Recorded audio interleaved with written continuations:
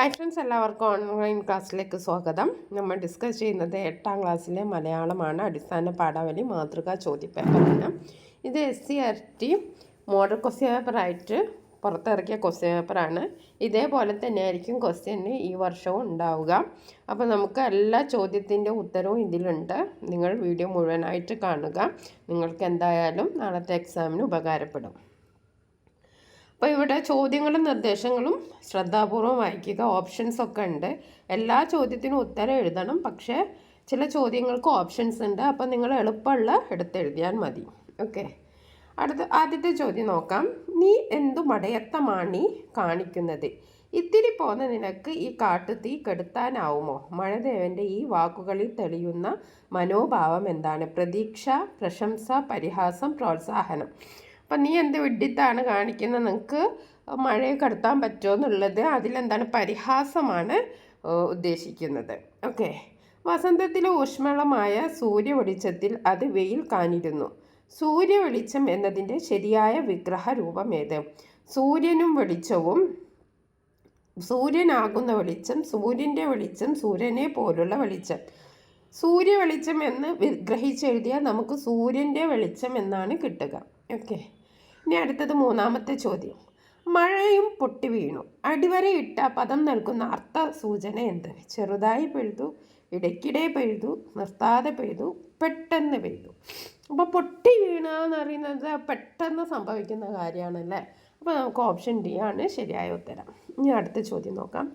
ചുവടെ തന്നിരിക്കുന്നവയിൽ കുരുവിയും കാട്ടുതീയും എന്ന പാഠഭാഗത്തിന് യോജിച്ച പ്രസ്താവന ഏത്? കാട്ടുതീ പടർന്നപ്പോൾ കുരുവി തീ അണയ്ക്കാൻ ശ്രമിച്ചു. മഴദേവൻ തീ അണക്കാൻ കുരുവിയെ സഹായിച്ചിരുന്നോ? ഇല്ല. മഴദേവൻ്റെ വാക്കുകൾ കേട്ട് കുരുവി തൻ്റെ പ്രവൃത്തി അവസാനിപ്പിച്ചു. അങ്ങനെ സംഭവിച്ചോ? ഇല്ല. മഴദേവൻ കുരുവിയെ പരിഹസിച്ചു. ഇതിൽ 1ഉം 4ഉം ശരിയാണ്. ആദ്യത്തെ ഓപ്ഷൻ തെറ്റാണ്. 1ഉം 2ഉം ശരി എന്നാണ് ആദ്യത്തെ ഓപ്ഷൻ കൊടുത്താൽ തെറ്റാണ്. ഇനി രണ്ടാമത്തെ ഓപ്ഷൻ നോക്കാം. 1ഉം 4ഉം ശരി, അത് ശരിയാണ്. 2ഉം 3ഉം ബാക്കിയൊക്കെ തെറ്റാണ് കേട്ടോ. ഓക്കെ. അപ്പോൾ നിങ്ങൾ ചോദ്യത്തിൻ്റെ ഉത്തരമൊക്കെ നിങ്ങൾക്ക് മനസ്സിലായി ഉണ്ടാവും. ഓക്കെ, നമുക്ക് അടുത്ത ചോദ്യം നോക്കാം. ആ തുറന്ന ഈ 5 മുതൽ 7 വരെയുള്ള ചോദ്യങ്ങൾക്ക് 3ഓ 4ഓ വാക്യത്തിൽ ഉത്തരം എഴുതണം. 3 മാർക്കാട്ടോ ഉള്ളത്.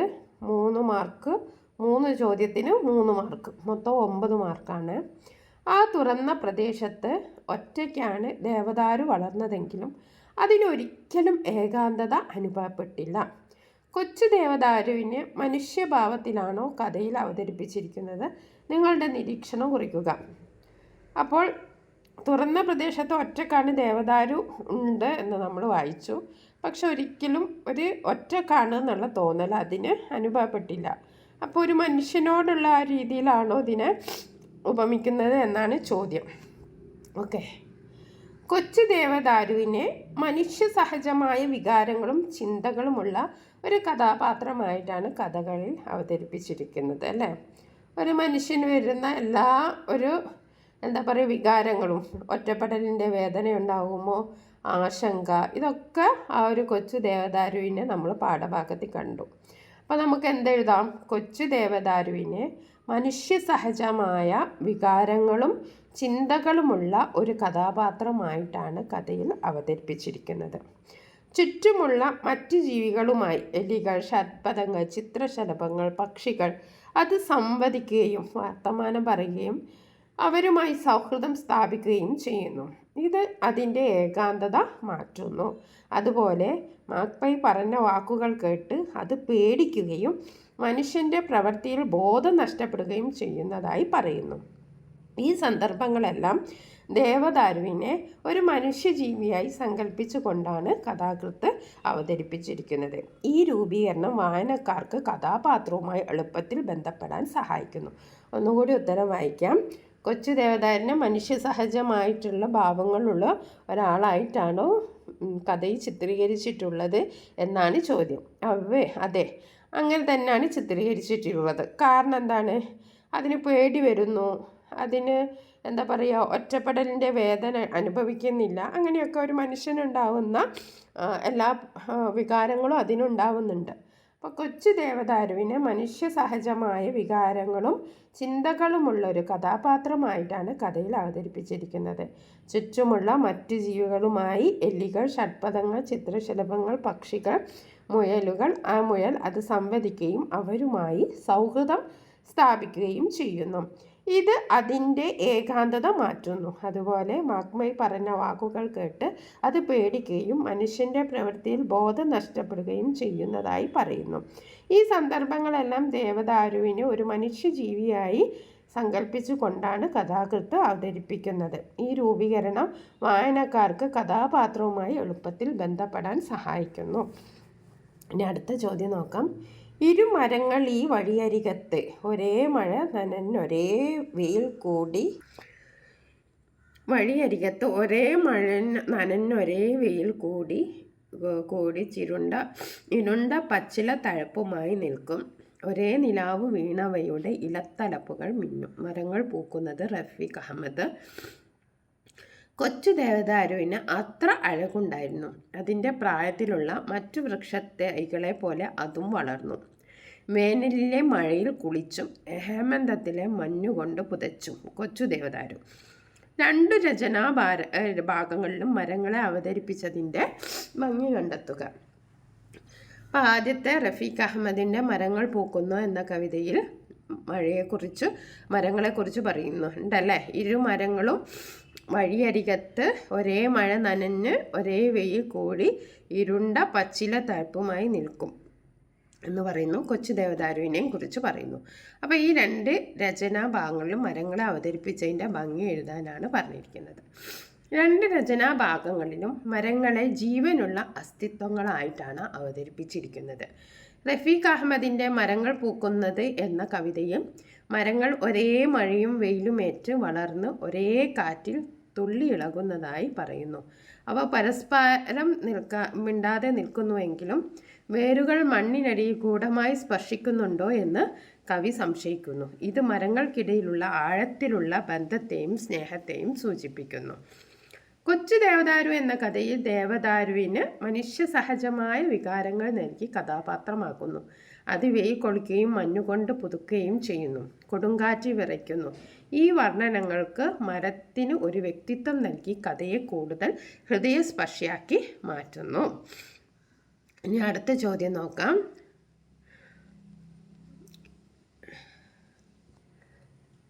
ഞാൻ എനിക്കാവുന്നത് ചെയ്യുന്നു. ഇത്രയും പറഞ്ഞ് കുരുവി തൻ്റെ ജോലി തുടർന്നു. തീ തൻ്റെ ജീവനെടുക്കും വരെ. കുരുവിയുടെ പ്രവൃത്തി നൽകുന്ന സന്ദേശം എന്ത്? അല്ലെങ്കിൽ ഈ 2 ചോദ്യങ്ങളിലും ഏതെങ്കിലും ഒന്ന് എഴുതിയാൽ മതി. എ ഓപ്ഷനാണ് വായിച്ചത്. ഇനി രണ്ടാമത്തെ ചോദ്യം, കാറ്റ് വരുമ്പോൾ വാതിൽ അടയ്ക്കുക, വെള്ളം വരുമ്പോൾ വാതിൽ തുറക്കുക. പ്രകൃതിക്ഷോഭവുമായി ബന്ധിപ്പിച്ച് ഈ നാട്ടറികൾ വിലയിരുത്തുക. അപ്പോൾ നമുക്ക് ആദ്യത്തെ ചോദ്യം നോക്കാം. ആദ്യത്തെ ചോദ്യം ക്വസ്റ്റ്യൻ എന്താണ്? ഞാൻ എനിക്കാവുന്നത് ചെയ്യുന്നു. കുരുവി പറയാണ്. ഓക്കെ, അപ്പോൾ അതിലെന്താണ് പറയുന്നത്? ഞാൻ എനിക്കാവുന്നത് ചെയ്യുന്നു എന്ന് കുരുവിയുടെ വാക്ക് ശക്തമായ ഒരു സന്ദേശമാണ് നൽകുന്നത്. വലിയ ലക്ഷ്യങ്ങൾക്ക് മുന്നിൽ നമ്മുടെ പ്രവൃത്തികൾ ചെറുതാണെന്ന് തോന്നിയാലും ഓരോരുത്തരും തൻ്റെ കഴിവനുസരിച്ച് പ്രവർത്തിക്കണം എന്നതാണ് ആ സന്ദേശം. അപ്പോൾ വലിയ ലക്ഷ്യമാണ്, നമ്മളെ കൊണ്ടൊന്നും ചെയ്യാൻ കഴിയില്ല, നമ്മളെന്ത് ചെയ്യാനാണ്, നമ്മൾ ചെയ്തിട്ടും അത് ലക്ഷ്യപ്രാപ്തിയിലെത്തിയില്ല എന്നൊക്കെ വിചാരിച്ച ഒരു കാര്യവും നടക്കില്ല. പക്ഷെ നമ്മൾ ഓരോരുത്തരും അവരവരുടെ പല തുള്ളി പെരുവെള്ളം എന്നല്ല പറയുക, ഓരോരുത്തരും അവരുടെ കഴിവിനനുസരിച്ച് പ്രവർത്തിക്കണം എന്നാണ് ആ സന്ദേശം.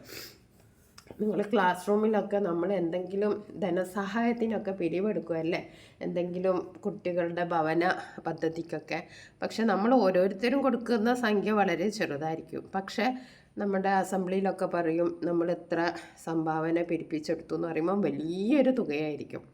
അപ്പോൾ ഓരോരുത്തർ അവനവന് പ്രവൃത്തികൾ ചെറുതാണെന്ന് തോന്നിയാലും തൻ്റെ കഴിവിനനുസരിച്ച് പ്രവർത്തിക്കണം എന്നാണ് സന്ദേശം. ഒരു തുള്ളി വെള്ളം പോലും കാട്ടുതീയെ കെടുത്താൻ സഹായമാവില്ലെന്ന് അറിഞ്ഞിട്ടും അതിൻ്റെ ജീവൻ അപകടത്തിലായിട്ടും കുരുവി തൻ്റെ പ്രവൃത്തി നിന്ന് പിന്തിരിഞ്ഞില്ല. അല്ലേ? ഒരു തുള്ളി വെള്ളം കൊണ്ടുവന്നിട്ട് ആ കാട്ടുതീ അണക്കാൻ പറ്റില്ല എന്ന് കുരുവിക്കറിയാം. പിന്നെ ഇതൊക്കെ ചെയ്യുന്നതിലൂടെ തൻ്റെ ജീവൻ പോകുമെന്നും അറിയാം. പക്ഷെ എന്നാലും കുരുവി തൻ്റെ പ്രവൃത്തിയിൽ നിന്ന് പിന്തിരിഞ്ഞില്ല. നിസ്സഹായതയുടെയും നിസ്സംഗതയുടെയും മുന്നിൽ സ്വന്തം കഴിവനുസരിച്ച് പ്രതികരിക്കാനുള്ള ധൈര്യമാണ് ഈ പ്രവൃത്തിയിലൂടെ കുരുവി കാണിക്കുന്നത്. ഓക്കെ, അപ്പോൾ നമുക്കത് എഴുതാം. പിന്നെ രണ്ടാമത്തെ ചോദ്യം എന്താണ്? കാറ്റ് വരുമ്പോൾ വാതിൽ അടയ്ക്കുക, വെള്ളം വരുമ്പോൾ വാതിൽ തുറക്കുക. ഓക്കെ, പ്രകൃതിക്ഷോഭവുമായി ബന്ധിപ്പിച്ച് ഈ നാട്ടറിവുകളൊക്കെ പറയുന്നതിൻ്റെ വിലയിരുത്താനാണ് പറഞ്ഞിരിക്കുന്നത്. കാറ്റ് വരുമ്പോൾ വാതിൽ അടയ്ക്കുക, വെള്ളം വരുമ്പോൾ വാതിൽ തുറക്കുക എന്ന ഈ നാട്ടറിവുകൾ പ്രകൃതിയെ സൂക്ഷ്മമായി നിരീക്ഷിച്ച് തലമുറകളിലൂടെ കൈമാറ്റം ചെയ്യപ്പെട്ട വിവേകത്തിൻ്റെ ഉദാഹരണങ്ങളാണ്. ഇത് പെട്ടെന്നുണ്ടായ ഒരു അറിവല്ല. ഇത് തലമുറകളിലൂടെ നമ്മുടെ പിൻതലമുറക്കാർ ഓരോരുത്തരും നിരീക്ഷിച്ച് ഉണ്ടാക്കിയ അറിവ് ഇങ്ങനെ കൈമാറി വന്നിട്ട് ഉണ്ടായതാണ് ഈ നാട്ടറിവ്. ഓക്കെ, ഈ നാട്ടറിവുകൾ പ്രകൃതിയെ സൂക്ഷ്മമായി നിരീക്ഷിച്ച് തലമുറകളിലൂടെ കൈമാറ്റം ചെയ്യപ്പെട്ട വിവേകത്തിൻ്റെ ഉദാഹരണങ്ങളാണ്. കാറ്റ് അതിൻ്റെ ശക്തി മുഴുവൻ ഒരു ചെറിയ ഇടത്തേക്ക് കേന്ദ്രീകരിക്കുമ്പോൾ അത് കൂടുതൽ നാശനഷ്ടങ്ങൾ ഉണ്ടാക്കും. അതിനാൽ കാറ്റുള്ളപ്പോൾ വാതിലുകൾ അടച്ചിടുന്നത് കാറ്റിൻ്റെ ശക്തി വീടിനകത്തേക്ക് കടക്കുന്നത് തടയും. എന്നാൽ വെള്ളപ്പൊക്കം ഉണ്ടാകുമ്പോൾ വാതിലുകൾ അടച്ചാൽ വെള്ളം വീടിനകത്ത് തങ്ങി നിന്ന് വാതിലുകളും ചുമരുകളും തകർക്കും. വാതിൽ തുറന്നിട്ടാൽ വെള്ളത്തിന് വീടിനകത്തു കൂടി ഒഴുകി പോകാൻ വഴി കിട്ടുകയും വീടിന് കേടുപാടുകൾ സംഭവിക്കുന്നത് കുറയുകയും ചെയ്യും. പ്രകൃതിയുടെ ശക്തിക്ക് മുന്നിൽ അതിനെ പ്രതിരോധിക്കുന്നതിനു പകരം അതിനനുസരിച്ച് പ്രവർത്തിച്ചാൽ അപകടങ്ങൾ കുറയ്ക്കാമെന്ന തത്വമാണ് ഈ നാട്ടറിവുകൾ നൽകുന്നത്.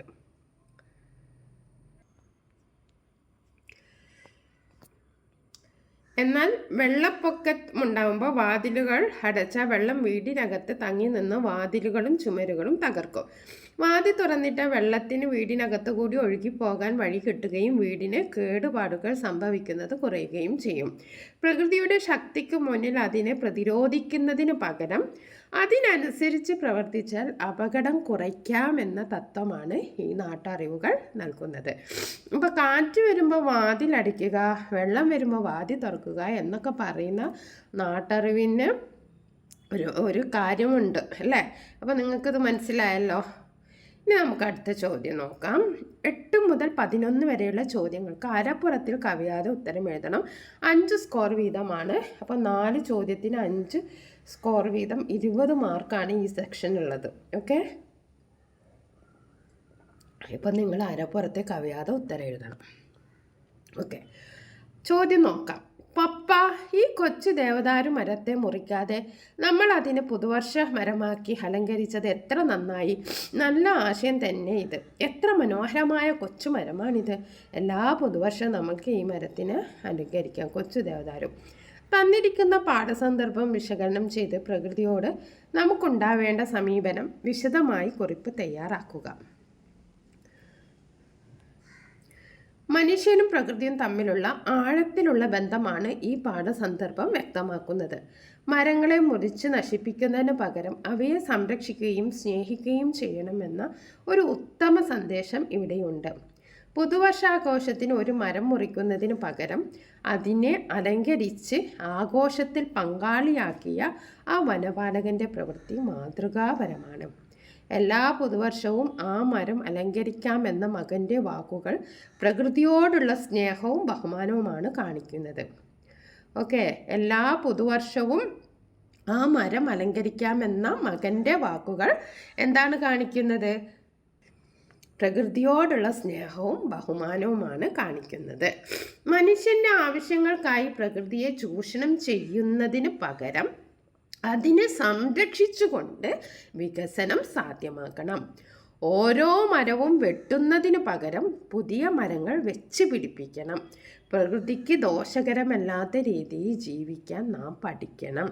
പ്രകൃതിയുമായി സഹവർത്തിത്വത്തോടെ ജീവിച്ചാൽ മാത്രമേ നമുക്കിവിടെ നിലനിൽക്കാൻ സാധിക്കൂ. പ്രകൃതി ഒരു വിഭവമല്ല, നമ്മുടെ നിലനിൽപ്പിൻ്റെ ആധാരമാണ് എന്ന കാഴ്ചപ്പാടാണ് നമുക്ക് ഉണ്ടാവേണ്ടത്. അപ്പോൾ ചോദ്യത്തിൻ്റെ ഉത്തരം ഒന്നുകൂടി വായിക്കാം.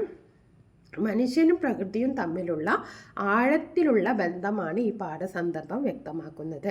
മരങ്ങളെ മുറിച്ച് നശിപ്പിക്കുന്നതിന് പകരം അവയെ സംരക്ഷിക്കുകയും സ്നേഹിക്കുകയും ചെയ്യണമെന്ന ഒരു ഉത്തമ സന്ദേശം ഇവിടെയുണ്ട്.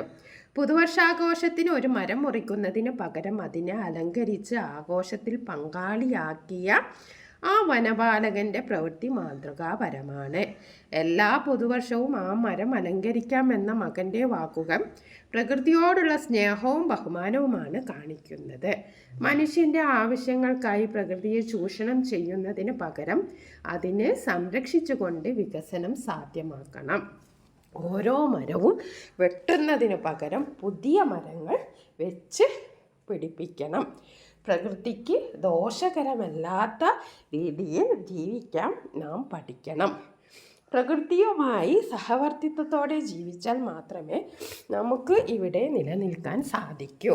പ്രകൃതി ഒരു വിഭവമല്ല, നമ്മുടെ നിലനിൽപ്പിൻ്റെ ആധാരമാണ് എന്ന കാഴ്ചപ്പാടാണ് നമുക്ക് ഉണ്ടാവേണ്ടത്.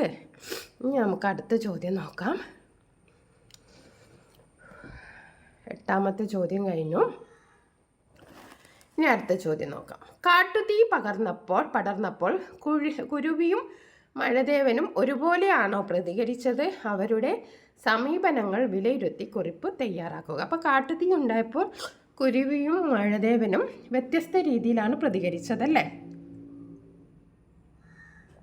അപ്പോൾ അവരുടെ സമീപനങ്ങൾ വിലയിരുത്താം നമുക്ക്. കുരുവിയും കാട്ടുതീയും എന്ന പാഠഭാഗത്തിൽ കുരുവിയും മഴദേവനും കാട്ടുതീ എന്ന ഭീഷണിയോടെ 2 വ്യത്യസ്ത സമീപനങ്ങളാണ് സ്വീകരിക്കുന്നത്. കുരുവിയുടെ സമീപനം ആദ്യം നോക്കാം. കുരുവി നിസ്വാർത്ഥനും കർമ്മനിരതനുമാണ്. കാട്ടുതീയിൽ നിന്ന് ജീവൻ രക്ഷിക്കാൻ മറ്റു മൃഗങ്ങളും പക്ഷികളും ഓടി രക്ഷപ്പെട്ടപ്പോൾ തൻ്റെ കൊച്ചു ചുണ്ടിൽ വെള്ളം നിറച്ച് തീ കെടുത്താൻ ശ്രമിച്ചു. ഇത് നിസ്സാരമായ ഒരു പ്രവൃത്തിയാണെന്ന് തോന്നാമെങ്കിലും സ്വന്തം ജീവൻ പോലും പണയം വെച്ച് ഒരു വലിയ ദുരന്തത്തെ തടയാൻ ശ്രമിക്കുന്ന ധീരമായ നിലപാടാണത്. ഞാൻ എനിക്കാവുന്നത് ചെയ്യുന്നു എന്ന കുരുവിയുടെ വാക്കുകൾ ഓരോ വ്യക്തിയും തങ്ങളുടെ പരിമിതിക്കുള്ളിൽ നിന്നുകൊണ്ട് സമൂഹത്തിന് വേണ്ടി പ്രവർത്തിക്കണം എന്നതിൻ്റെ ഉത്തമ ഉദാഹരണമാണ്. ഇനി മഴദേവൻ്റെ സമീപനം നോക്കാം. മഴദേവൻ്റെ സമീപനം കുരുവിയുടേതിന് നേരെ വിപരീതമാണ്. മഴ പെയ്യിച്ച് കാട്ടുതീ അണയ്ക്കാൻ കഴിവുണ്ടായിട്ടും താൻ ഒരു വലിയ ശക്തിയാണെന്ന് അഹങ്കരിച്ച് കുരുവിയുടെ പ്രവൃത്തിയെ പരിഹസിക്കുകയും നിസ്സംഗതയോടെ നോക്കി നിൽക്കുകയും ചെയ്യുന്നു. തനിക്ക് ചെയ്യാൻ കഴിയുന്ന ഒരു കാര്യം ചെയ്യാൻ മടിക്കുന്ന മഴദേവൻ ഉത്തരവാദിത്തത്തിൽ നിന്ന് ഒഴിഞ്ഞു മാറുന്ന ആളുകളുടെ പ്രതീകമാണ്. കുരുവിൻ്റെയും മഴദേവൻ്റെയും സമീപനങ്ങൾ 2 വിരുദ്ധമായ മനോഭാവങ്ങളെയാണ് പ്രതിനിധാനം ചെയ്യുന്നത്. കുരുവി നിസ്വാർത്ഥമായ പ്രവൃത്തിയിലൂടെ നന്മയുടെയും സഹാനുഭൂതിയുടെയും സന്ദേശം നൽകുമ്പോൾ മഴദേവൻ്റെ നിസ്സംഗതയും അഹംഭാവവും തനിക്ക് കഴിവുകൾ ഉണ്ടായിട്ടും അത് ഉപയോഗിക്കാതെ സമൂഹത്തിൽ നിന്ന് ഒഴിഞ്ഞു മാറുന്ന ആളുകളെ ഓർമ്മിപ്പിക്കുന്നു. ഇനി നമുക്ക് അടുത്ത ചോദ്യം നോക്കാം. ചുവടെ നൽകിയിരിക്കുന്ന കഥാഭാഗം വായിച്ച് തുടർന്ന് നൽകിയിട്ടുള്ള ചോദ്യങ്ങൾക്ക് ഉത്തരം എഴുതുക. നാട്ടിലെ പൊക്കം കൂടിയ സ്ഥലം ക്ഷേത്രമാണ്. അവിടെ ദേവൻ കഴുത്തറ്റം വെള്ളത്തിൽ നിൽക്കുന്നു. വെള്ളം സർവത്ര ജലം. നാട്ടുകാരെല്ലാം കര തേടിപ്പോയി. വീട്ടുകാവലിന് ഒരാൾ വീട്ടിൽ വെള്ളമുണ്ടെങ്കിൽ ഉണ്ട്. ക്ഷേത്രത്തിലെ 3 മുറിയുള്ള മാളികപ്പുറത്ത് 67 കുട്ടികളുണ്ട്. 356 ആളുകൾ. പട്ടി, പൂച്ച, ആട്, കോഴി മുതലായ വളർത്തുമൃഗങ്ങളും എല്ലാം ഐകമത്യമായി കഴിയുന്നു. ഒരു ശണ്ടയുമില്ല. ചേന പറയൻ ഒരു രാത്രിയും ഒരു പകലുമായി വെള്ളത്തിൽ തന്നെ നിൽക്കുന്നു. അവന് വള്ളമില്ല. അവൻ്റെ തമ്പുരാൻ 3 നാളായി പ്രാണനും കൊണ്ട് കര പറ്റിയിട്ട്. ആദ്യം പുരയ്ക്കകത്തേക്ക് വെള്ളം എത്തി നോക്കി തുടങ്ങിയപ്പോഴേ മടലും കമ്പും കൊണ്ട് തട്ടും പരണും കെട്ടിയിരുന്നു. വെള്ളം പെട്ടെന്നിറങ്ങുമെന്ന് കരുതി 2 ദിവസം അതിൽ കുത്തിയിരുന്നു. അവിടെ നിന്നും പോയാൽ അവയെല്ലാം ആണുങ്ങൾ കൊണ്ടുപോവുകയും ചെയ്യും. ഇപ്പോൾ തട്ടിൻ്റെയും പരനിൻ്റെയും മുകളിൽ മുട്ടറ്റം വെള്ളമുണ്ട്. മേൽക്കൂരയുടെ 2 വരി ഓല വെള്ളത്തിനടിയിലാണ്. അകത്ത് കിടന്ന് ചേനം വിളിച്ചു. ആര് വിളിയേക്കും? അടുത്ത ആരുണ്ട്? ഗർഭിണിയായ ഒരു പറച്ചി, 4 കുട്ടികൾ, ഒരു പൂച്ച, ഒരു പട്ടി. ഇത്രയും ജീവികൾ അവനെ ആശ്രയിച്ചിട്ടുണ്ട്. പുരയ്ക്ക് മുകളിൽ കൂടി വെള്ളം ഒഴുകും. ഒഴുകാൻ 30 നാഴിക വേണ്ടെന്നും തൻ്റെയും കുടുംബത്തിൻ്റെയും അവസാനം അടുത്തുവെന്നും അവൻ തീർച്ചപ്പെടുത്തി. ഭയങ്കരമായ മഴ തോർന്നിട്ട് 3 ദിവസമായി. കൂരയുടെ ഓല പൊളിച്ചു ചേനൻ ഒരു കണക്കിൽ പുറത്തിറങ്ങി 4 ചുറ്റിനും നോക്കി. വടക്ക് ഒരു കെട്ടുവെള്ളം പോകുന്നു. അത്യുച്ചത്തിൽ ചേന പറയാൻ വള്ളക്കാരെ കൂകി വിളിച്ചു. വെള്ളക്കാർക്ക് ഭാഗ്യം കൊണ്ട് കാര്യം മനസ്സിലായി. അവർ വെള്ളം കൊട്ടിനു നേരെ തിരിച്ചു.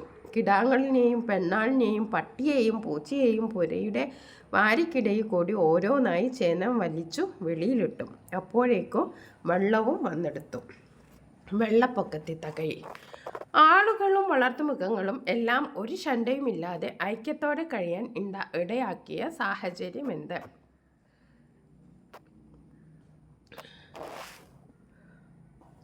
ഈ കഥാപാത്രത്തിൽ ഒരു വലിയ പ്രകൃതി ദുരന്തം നേരിടുമ്പോൾ ആളുകളും വളർത്തുമൃഗങ്ങളും ഒത്തൊരുമിച്ച് ഒരു മാളികപ്പുറത്ത് കഴിയാൻ കാരണം എല്ലാവരും ഒരേ അവസ്ഥയിലൂടെ കടന്നു പോകുന്നതിനാണ്. ജീവൻ രക്ഷിക്കാൻ വേണ്ടി പരസ്പരം സഹായിക്കാൻ മനുഷ്യർ തയ്യാറായപ്പോൾ അവർക്കിടയിലെ എല്ലാ വിവേചനങ്ങളും ഇല്ലാതായി. അടുത്ത ചോദ്യം, പ്രതിസന്ധി ഉണ്ടായിട്ടും ചേന പറയാൻ കൂരയ്ക്ക് പുറത്തു പോകാതിരുന്നത് എന്തുകൊണ്ട്? ചേന പറയാൻ കൂരയ്ക്ക് പുറത്തു പോകാതിരുന്നത് വെള്ളപ്പൊക്കത്തിൽ നിന്ന് തൻ്റെ കുടുംബത്തെയും വളർത്തുമൃഗങ്ങളെയും രക്ഷിക്കാൻ വേണ്ടിയായിരുന്നു. സ്വന്തം ജീവൻ അപകടത്തിലാണെന്ന് അറിഞ്ഞിട്ടും ഗർഭിണിയായ ഭാര്യയെയും 4 കുട്ടികളെയും ഒപ്പം വളർത്തുമൃഗങ്ങളെയും ഉപേക്ഷിക്കാൻ അയാൾക്ക് സാധിച്ചില്ല. ഇനി നമുക്ക് 3ാമത്തെ ചോദ്യം നോക്കാം. ചേന പറയേണ്ട അപകടാവസ്ഥയ്ക്ക് കാരണം വെള്ളപ്പൊക്കം മാത്രമാണോ? നിങ്ങളുടെ അഭിപ്രായം കുറിക്കുക. ഉത്തരം നോക്കാം. അല്ല, ചേന പറയേണ്ട അപകടാവസ്ഥയ്ക്ക് കാരണം വെള്ളപ്പൊക്കം മാത്രമല്ല. വെള്ളപ്പൊക്കം പ്രധാന കാരണമാണെങ്കിലും അയാൾക്ക് ഒരു വെള്ളമോ രക്ഷപ്പെടാനുള്ള മറ്റു മാർഗങ്ങളോ ഇല്ലാതിരുന്നത് അയാളുടെ അപകടം വർദ്ധിപ്പിച്ചു. അയാളുടെ സാമ്പത്തിക സ്ഥിതിയും സാമൂഹ്യ അവസ്ഥയും ഈ ദുരന്തത്തിന് അയാൾ കൂടുതൽ ദുരിതത്തിലാവാൻ കാരണമായി. നമുക്ക് അടുത്ത ചോദ്യം നോക്കാം. കുരുവിയും കാട്ടുതീയും എന്ന പാഠഭാഗത്തിൻ്റെ പശ്ചാത്തലത്തിൽ കുരുവിയും കാട്ടിലെ ഒരു മരവും തമ്മിൽ നടക്കാൻ സാധ്യതയുള്ള സംഭാഷണം സങ്കല്പിച്ച് തയ്യാറാക്കുക. ഓക്കെ, 2 ഓപ്ഷൻസ് ഉണ്ട്. അല്ലെങ്കിൽ ഇടനാഴികളിലാണ് വെള്ളത്തിൻ്റെ കുത്തും തള്ളലും ഏറെ ശക്തമായത്. എല്ലാവരും മുകളിലെത്തി. പാത്രങ്ങളും മുകളിലേക്ക് കയറ്റി. വെള്ളവും കോണിപ്പടി കയറി വരാൻ തുടങ്ങി. ജീവൻ രക്ഷിക്കാനുള്ള വഴിയെക്കുറിച്ച് മാത്രമാണ് ചിന്ത. വെള്ളപ്പൊക്കത്തിൻ്റെ ഓർമ്മകൾ പങ്കുവയ്ക്കുന്ന ഈ ലേഖനഭാഗം അടിസ്ഥാനമാക്കി ഉചിതമായ തലക്കെട്ട് നൽകി ഒരു പത്രവാർത്ത തയ്യാറാക്കുക. അപ്പോൾ 2 എണ്ണമാണ് ഉള്ളത്. ആദ്യം നമുക്ക് സംഭാഷണം നോക്കാം. കുരുവിയും കാട്ടിലെ ഒരു മരവും തമ്മിലുള്ള മരം. കുരുവി, നീ എന്തിനാണ് ഇങ്ങനെ വേഗത്തിൽ പറന്നു നടന്ന് ഓരോ തുള്ളി വെള്ളം കൊണ്ടുവരുന്നത്? ഈ ആളി കത്തുന്ന തീയെ നിനക്ക് തനിയെ കെടുത്താൻ കഴിയുമെന്ന് തോന്നുന്നുണ്ടോ? കുരുവി, തീർച്ചയായും. എനിക്കറിയാം എൻ്റെ ഈ ചെറിയ പരിശ്രമം കൊണ്ട് ഈ കാട്ടുതീ കെടുത്താൻ കഴിയില്ല എന്ന്. പക്ഷേ ഇത് എൻ്റെ വീടാണ്. ഈ കാട് എനിക്കെല്ലാം തന്നു. എൻ്റെ കൂട് ഇവിടെയാണ്. എൻ്റെ കൂട്ടുകാർ ഇവിടെയുണ്ട്. ഞാൻ എൻ്റേതായ ഒരു തുള്ളി വെള്ളം ഈ തീയിലേക്ക് ഒഴിക്കുന്നതിലൂടെ എൻ്റെ കടമ ഞാൻ നിറവേറ്റുകയാണ്. മരം, നിന്റെ ഈ ശ്രമം നിന്റെ ജീവൻ തന്നെ അപകടത്തിലാക്കും. നിനക്ക് വേണമെങ്കിൽ പറന്ന് രക്ഷപ്പെടാം. മറ്റു പക്ഷികളെല്ലാം രക്ഷപ്പെട്ടു പോയത് നീ കണ്ടില്ലേ? കുരുവി, അവർ പോയതുകൊണ്ട് എനിക്കും പോകാൻ കഴിയില്ല. പ്രകൃതി എനിക്ക് നൽകിയ ഈ വീട് കത്തിയെരിയുമ്പോൾ നോക്കി നിൽക്കാൻ എനിക്ക് കഴിയില്ല. ഞാൻ എന്നെക്കൊണ്ട് ആവുന്നത് ചെയ്യും. ഒരു കണക്കിന് എൻ്റെ ഈ ശ്രമം നിസ്സാരമാണെന്ന് തോന്നാമെങ്കിലും മറ്റുള്ളവർക്ക് ഇതൊരു പ്രചോദനമാകും. ഒരു ചെറിയ ശ്രമം പോലും വലിയ മാറ്റങ്ങൾ ഉണ്ടാക്കും. മരം, നീ പറഞ്ഞത് ശരിയായിരിക്കാം. നിൻ്റെ ഈ ആത്മാർത്ഥമായ ശ്രമം കാണുമ്പോൾ എനിക്ക് അഭിമാനം തോന്നുന്നു. പക്ഷെ എനിക്കൊന്നും ചെയ്യാൻ കഴിയില്ല. കുരുവി, നമ്മളെല്ലാം ഒറ്റയ്ക്കാണെങ്കിൽ പോലും ഓരോരുത്തരും ഒരു തുള്ളി വെള്ളം കൊണ്ടുവരികയാണെങ്കിൽ ഈ വലിയ തീ നമുക്ക് കെടുത്താൻ കഴിഞ്ഞേക്കാം. നമ്മൾ പ്രകൃതി നിന്ന് എടുക്കാൻ പഠിച്ചതുപോലെ അതിന് തിരികെ കൊടുക്കാൻ പഠിക്കണം. മരം, നീ പറഞ്ഞത് ശരിയാണ്. നിനക്ക് നിൻ്റെ കൂട്ടുകാരുടെ അടുത്തേക്ക് പോകാം. ഞാൻ നിന്നോടൊപ്പം നിൽക്കും. കുരുവി, നന്ദി സുഹൃത്തെ. ഇനി നമുക്ക് ഒരുമിച്ച് ഇതിനെ നേരിടാം. ഇനി അടുത്തത് ഒരു പത്രവാർത്ത തയ്യാറാക്കാനാണ്. അപ്പോൾ നമ്മൾ പത്രവാർത്ത തയ്യാറാക്കുമ്പോൾ ഒരു തലക്കെട്ട് വേണം. പ്രളയത്തെ മുങ്ങി നാടി ജീവൻ രക്ഷിക്കാൻ നെട്ടോട്ടം. പിന്നെ സ്ഥലപ്പേര് എഴുതണം. പ്രളയ റിപ്പോർട്ട്. കഴിഞ്ഞ ഏതാനും ദിവസങ്ങളായി തുടരുന്ന കനത്ത മഴയിൽ കൊച്ചിയുടെ പല ഭാഗങ്ങളും വെള്ളത്തിനടിയിലായി. ജനജീവിതം പൂർണ്ണമായും സ്തംഭിച്ചു. നഗരത്തിൻ്റെ താഴ്ന്ന പ്രദേശങ്ങളെല്ലാം വെള്ളത്തിൽ മുങ്ങിയതോടെ പലരും വീടിൻ്റെ മുകൾ നിലയ്ക്ക് അഭയം തേടി. ജീവൻ രക്ഷിക്കാൻ വേണ്ടിയുള്ള നെട്ടോട്ടത്തിലായിരുന്നു ജനങ്ങൾ. ഇടനാഴികളിലൂടെയും കോണിപ്പടികളിലൂടെയും വെള്ളം ഇരച്ചു കയറിയതോടെ പാത്രങ്ങളും മറ്റു സാധനങ്ങളും മുകളിലേക്ക് മാറ്റാൻ ജനങ്ങൾ നിർബന്ധിതരായി. വെള്ളത്തിൻ്റെ കുത്തൊഴുക്ക് ശക്തമായതോടെ രക്ഷാപ്രവർത്തനം ദുസ്സഹമായി. വീടിൻ്റെ മുകൾ നിലയിൽ കുടുങ്ങിയവരെ രക്ഷിക്കാൻ വേണ്ടിയുള്ള ശ്രമങ്ങൾ പുരോഗമിക്കുകയാണ്. അപ്രതീക്ഷിതമായി ഉണ്ടായ ഈ പ്രളയം ജനങ്ങളെ വലിയ ഭീതിയിൽ ആഴ്ത്തിയിട്ടുണ്ട്. വെള്ളം ഉയർന്നതോടെ ജീവൻ രക്ഷിക്കാനുള്ള വഴികളെക്കുറിച്ച് മാത്രമാണ് എല്ലാവരും ചിന്തിക്കുന്നത്. കഴിഞ്ഞ വർഷങ്ങളിലെല്ലാം സമാനമായ രീതിയിൽ വെള്ളപ്പൊക്കം ഉണ്ടായെങ്കിലും ഇത്തവണ സ്ഥിതി കൂടുതൽ ഗുരുതരമാണ്. ഇനി നമുക്ക് അടുത്ത ചോദ്യം നോക്കാം. ഈ കാർട്ടൂണുകൾ കണ്ടല്ലോ, എന്താണ് കാർട്ടൂണിൽ പറയുന്നത്? അപ്പോൾ ഈ കാർട്ടൂണുകൾ നിങ്ങൾ വായിച്ചല്ലോ. ഇൻസ്റ്റാഗ്രാമും റീൽസിനെ കുറിച്ചും അതേപോലെ തന്നെ ലഹരിയെക്കുറിച്ചൊക്കെയാണ്. പത്രവാർത്തയും കണ്ട റീൽസിനായി കുടിവെള്ള ടാങ്ക് ഇറങ്ങിക്കൊള്ളി. യുവാക്കളെ പിടികൂടി പോലീസിൽ ഏൽപ്പിച്ച് നാട്ടുകാർ. കാർട്ടൂണും വാർത്തയും ശ്രദ്ധിച്ചല്ലോ. സമകാലിക സംഭവങ്ങൾ കൂടി വിശകലനം ചെയ്ത് ലഹരിയും സൈബർ ലോകവും ഒരുക്കുന്ന കെണികൾ എന്ന വിഷയത്തിൽ സ്കൂൾ അസംബ്ലിയിൽ അവതരിപ്പിക്കാനുള്ള ഒരു പ്രസംഗം തയ്യാറാക്കാനാണ് പറഞ്ഞിരിക്കുന്നത്. അപ്പോൾ നമ്മൾ ആദ്യം ബഹുമാനപ്പെട്ട അധ്യാപകരെ, രക്ഷിതാക്കളെ, പ്രിയ കൂട്ടുകാരെ അഭിസംബോധന ചെയ്യണം. ഇന്ന് ഞാൻ നിങ്ങളുമായി പങ്കുവയ്ക്കുന്നത് നമ്മുടെ യുവതലമുറയെ കാത്തിരിക്കുന്ന ഒരു വലിയ അപകടത്തെക്കുറിച്ചാണ്. ലഹരിയും സൈബർ ലോകവും ഒരുക്കുന്ന കെണികൾ. ഇന്ന് നാം ജീവിക്കുന്നത് സൈബർ ലോകത്തിൻ്റെ അതിവേഗ കാലഘട്ടത്തിലാണ്. ഈ ലോകം ഒരുപാട് സാധ്യതകൾ തുറന്നു തരുമ്പോൾ തന്നെ ഒട്ടനവധി കെണികളും ഒളിപ്പിച്ചു വെക്കുന്നുണ്ട്. സൈബർ ലോകം ഇന്ന് ലഹരിയുടെ പുതിയ ഇടമായി മാറിയിരിക്കുന്നു. റീലുകളിലൂടെയും വീഡിയോകളിലെയും ലഹരി ഉപയോഗം മഹത്വവൽക്കരിക്കപ്പെടുന്നു. ലഹരി ഉപയോഗിക്കുന്നവരെ ഹീറോകളായി ചിത്രീകരിക്കുന്നത് യുവജനങ്ങളെ ആകർഷിക്കുന്നു. ഇത് കൗതുകം കാരണം ലഹരിയിലേക്ക് ചെന്നെത്താനും ജീവിതം നശിപ്പിക്കാനും കാരണമാവുന്നു. കൂടാതെ സൈബർ ലോകത്തിലെ സൗഹൃദങ്ങൾ പലപ്പോഴും വ്യാജമാണ്. ലഹരിക്കടത്ത് സംഘങ്ങൾ ഓൺലൈൻ പ്ലാറ്റ്ഫോമുകൾ ഉപയോഗിച്ച് വിദ്യാർത്ഥികളെ ആകർഷിക്കുന്നു.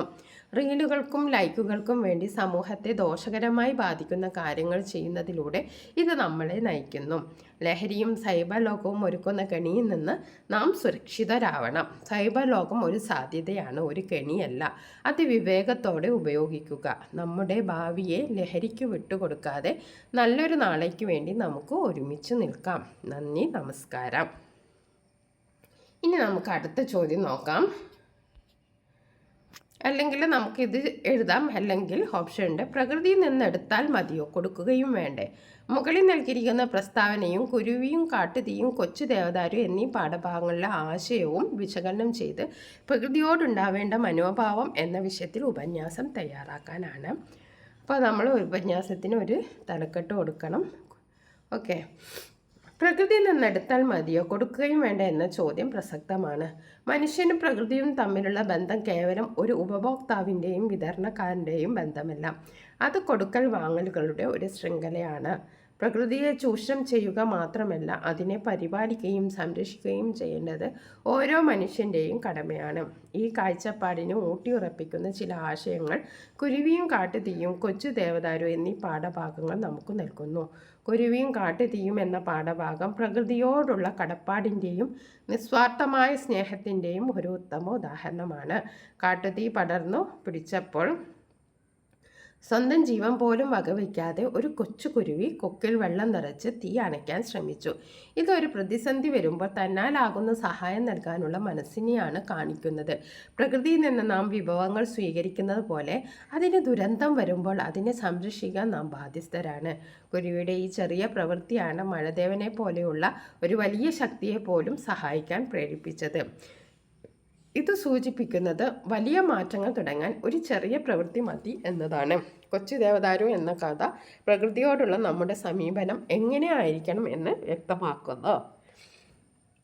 പുതുവർഷാഘോഷത്തിനായി മുറിച്ചു മാറ്റാൻ വന്നവർ മരത്തെ നശിപ്പിക്കുന്നതിനു പകരം അതിനെ അലങ്കരിച്ച് സംരക്ഷിക്കുകയാണ് ചെയ്തത്. ഇത് പ്രകൃതിയെ കേവലം ഒരു വിഭവമായി കാണാതെ അതിനെ ഒരു ജീവനുള്ള അസ്തിത്വമായി പരിഗണിക്കുന്നതിൻ്റെ പ്രാധാന്യം ഓർമ്മിപ്പിക്കുന്നു. മനുഷ്യനും പ്രകൃതിയും തമ്മിലുള്ള സ്നേഹബന്ധമാണ് ഈ കഥയുടെ കാതൽ. പ്രകൃതിയെ നാം സംരക്ഷിച്ചാൽ അത് നമുക്ക് എന്നും അനുഗ്രഹമായി നിലനിൽക്കും. മനുഷ്യൻ്റെ സ്വാർത്ഥപരമായ ആവശ്യങ്ങൾക്ക് വേണ്ടി പ്രകൃതിയെ നശിപ്പിക്കാതെ അതിനെ സ്നേഹത്തോടും ക്രയോണും സമീപിച്ചാൽ അത് നമുക്ക് കൂടുതൽ സൗന്ദര്യവും സന്തോഷവും.